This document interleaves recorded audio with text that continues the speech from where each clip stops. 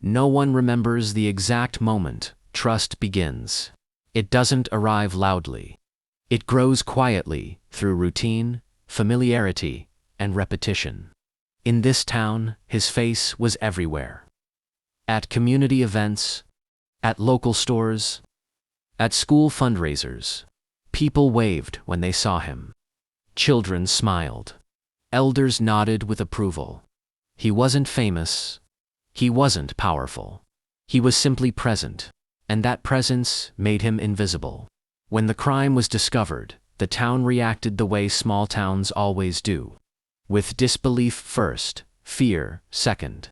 This was not the kind of place where things like this happened. At least, that's what everyone believed. Police arrived expecting an outsider. Someone unknown. Someone who did not belong. No one imagined the truth was already inside their circle. Because when danger feels familiar, the mind refuses to label it as a threat. And that refusal would become the town's greatest mistake. Life here followed patterns. Morning coffee at the same diner. Evening walks on the same streets. Weekends built around routine, not caution. Doors were locked out of habit, not fear. Strangers were noticed instantly. Familiar faces were never questioned. And he was one of the most familiar. He helped neighbors fix small problems. Checked in on elderly residents. Volunteered when help was needed. Trust was not something he demanded. It was something he naturally received. Psychologically, humans are wired to relax around consistency. We associate repetition with safety. And he was everywhere. So, when the crime shattered the town's calm, attention turned outward, not inward. Because questioning someone familiar feels like betraying your own judgment. And people would rather protect their identity than confront uncomfortable truth. The discovery was sudden. Police tape cut across a place that had never seen it before. Whispers replaced greetings. Fear crept into places where confidence once lived. The crime was violent, personal, not random. That detail mattered. Investigators knew this was not the act of a stranger passing through. This was someone who knew the area, someone comfortable moving unnoticed. Yet still, no one said his name. Witnesses described vague figures. Timelines were uncertain. Memories adjusted themselves unconsciously. Because when truth threatens trust, memory becomes flexible. The town wanted answers, but only the kind that did not disturb its self-image. Psychologists call it cognitive protection. When someone fits our idea of good, we resist evidence that contradicts it. This is known as the halo effect.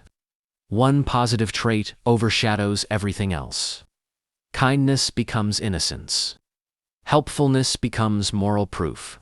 The man everyone trusted benefited from this bias without effort. Small details that should have raised concern were dismissed. Odd behavior explained away. Inconsistencies minimized. Because believing he was capable of harm meant admitting something terrifying. That evil could exist within what felt safe. And most minds refuse that conclusion until forced. Weeks passed. Leads dried up. Suspects faded. Police revisited evidence again and again, finding nothing new. Frustration grew. The town grew restless. Fear began to turn inward, quietly. People locked doors earlier. Conversations lowered in volume. But still, no one suspected him. Because suspicion changes relationships. And relationships define small towns. The break came from something small. A timeline that didn't align. A statement repeated too smoothly. A memory that sounded rehearsed. It wasn't enough to accuse. But it was enough to notice. Investigators hesitated. Questioning him felt wrong. Uncomfortable. And that hesitation delayed the truth even longer. Eventually, procedure overrode discomfort. He was invited in for questioning. Casually, respectfully. Even then, officers felt resistance from the town itself, as if questioning him was a violation. He arrived calm, relaxed.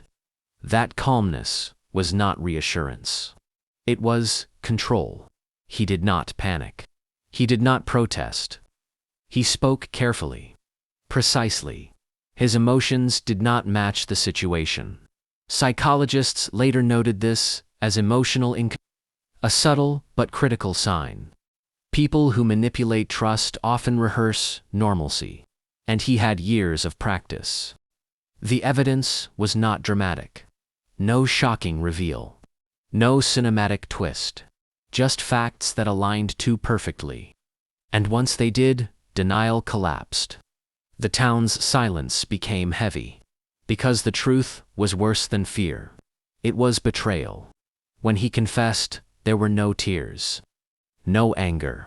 No breakdown. Only explanation. This disturbed people deeply. Because remorse would have been easier to understand. Experts later explained the pattern. Some individuals do not seek power. They seek proximity. Trust is their camouflage. And it works because society rewards familiarity. After the trial, routines returned. But trust did not. People questioned instincts they once relied on. Safety now required awareness. This case is remembered not for brutality, but for proximity. Because the most dangerous threats are not the ones we fear. They are the ones we trust.